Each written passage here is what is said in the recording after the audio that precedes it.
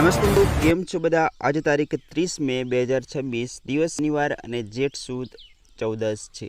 તો ચાલો મિત્રો, આજના મુખ્ય અને અગત્યના સમાચાર અને મિત્રો કઈ જગ્યાએ કેટલો વરસાદ પડવાનો છે અને મિત્રો એક મોટામાં મોટી અંબાલાલ પટેલની આગાહી તેને લઈને અને આજનો દિવસ કેવો રહેશે તેના વિશે આજના વિડીયોની અંદર આપણે વાત કરીશું। તો મિત્રો સૌથી પહેલાં આપણી આ જીએન ચેનલ ઉપર નવા હોય તો ચેનલને સબસ્ક્રાઈબ કરી નોટિફિકેશન બેલને પણ ઓન કરી લેજો।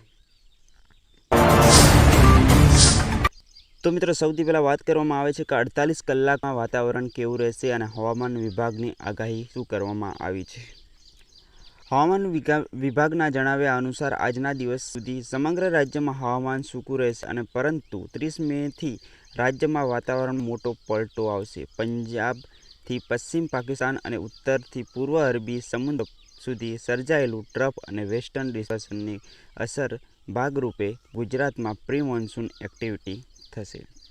હવે ખાસ કરીને 31 મેના રોજ અરવલ્લી, મહીસાગર અને દાહોદ જિલ્લાના ભારે વરસાદ પડવાની શક્યતા પણ વ્યક્ત કરવામાં આવી છે, જ્યારે 1 જૂને અમદાવાદમાં પણ થંડર સ્ટોર્મ સાથે સામાન્યથી મધ્યમ વરસાદની પણ આગાહી કરવામાં આવી છે। હવે મિત્રો વાત કરીએ આજના મોટા અને અગત્યના સમાચાર અંબાલાલ પટેલની એક મોટી આગાહી છે। તો મિત્રો અંબાલાલ પટેલના જણાવ્યા અનુસાર ચાલુ વર્ષે રોહિણી નક્ષત્ર રાજ્યમાં ઘણા ભાગોમાં સારો વરસાદ થશે। આગામી 30 અને 31 મેથી લઈ અને 4 જૂન વચ્ચે ગુજરાતના મોટાભાગના વિસ્તારોમાં ગાજવીજ સાથે તીવ્ર પવન સાથે પ્રી મોન્સૂન વરસાદ પડવાની પ્રબળ શક્યતા છે।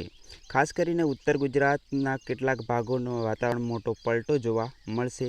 અંબાલાલ પટેલની વીજળી પડવાની પણ ઘટના બતાવી છે અને જનધનને જાનહાનિ એટલે કે સુરક્ષિત રાખવા પણ ખાસ કાળજી આપવામાં કહ્યું છે।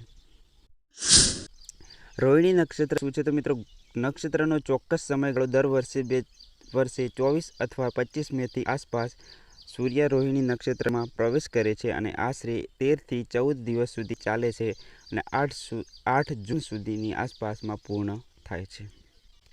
હવે મિત્રો 7 અને 8 જૂને અતિવૃષ્ટિની ચેતવણી પણ અંબાલાલ પટેલ દ્વારા કરવામાં આવી છે, તેના વિશે પણ આપણે માહિતી મેળવી લઈએ।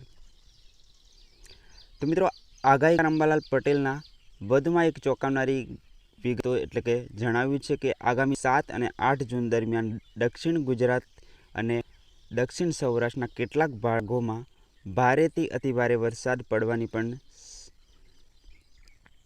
પડશે તેવી પણ આગાહી કરવામાં આવી છે। આ સમયગાળા દરમિયાન વિસ્તારોમાં વધુ વરસાદ નોંધાશે ત્યાં સ્થાનિક સ્તરે અતિવૃષ્ટિ થવાની પણ પૂરેપૂરી શક્યતા રહેશે। હવે મિત્રો આ જે તારીખ આપવામાં આવી છે 7 જૂનથી 8 જૂન અતિવૃષ્ટિની અહીંયા આગાહી કરવામાં આવી છે।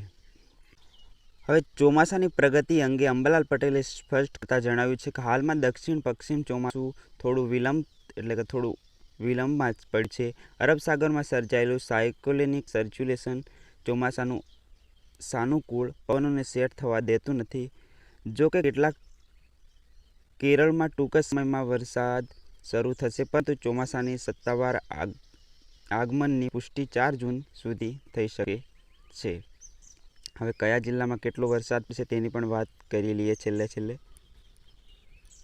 તો અંબાલાલ પટેલે જણાવ્યા અનુસાર દક્ષિણ ગુજરાતના પંચમહાલના વિસ્તારોમાં ઉનાળાના અંતમાં મેઘરાજાના જોર બતાવશે। દક્ષિણ ગુજરાતના ભાગોમાં 4 જૂન સુધીમાં 50 mm આશરે 2 ઇંચ અને પંચમહાલમાં જિલ્લામાં આશરે 2 ઇંચ કરતાં પણ વધુ વરસાદ ખાબકવાની શક્યતા છે, જ્યારે વડોદરા, મહીસાગર, દક્ષિણ સૌરાષ્ટ્ર વિસ્તારોમાં 1 ઇંચ તેનાથી વધુ વરસાદ પડી શકે છે। અન્ય વિસ્તારોમાં પણ પશ્ચિમ સૌરાષ્ટ્ર, સાબરકાંઠા અને અરવલ્લીના ભાગોમાં પણ ગાજવીજ સાથે મધ્યમ વરસાદના ઝાપટા પડવાની પણ સંભાવના કરી છે।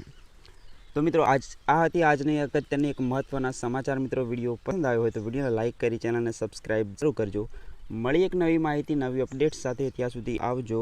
જય હિન્દ, જય કિસાન।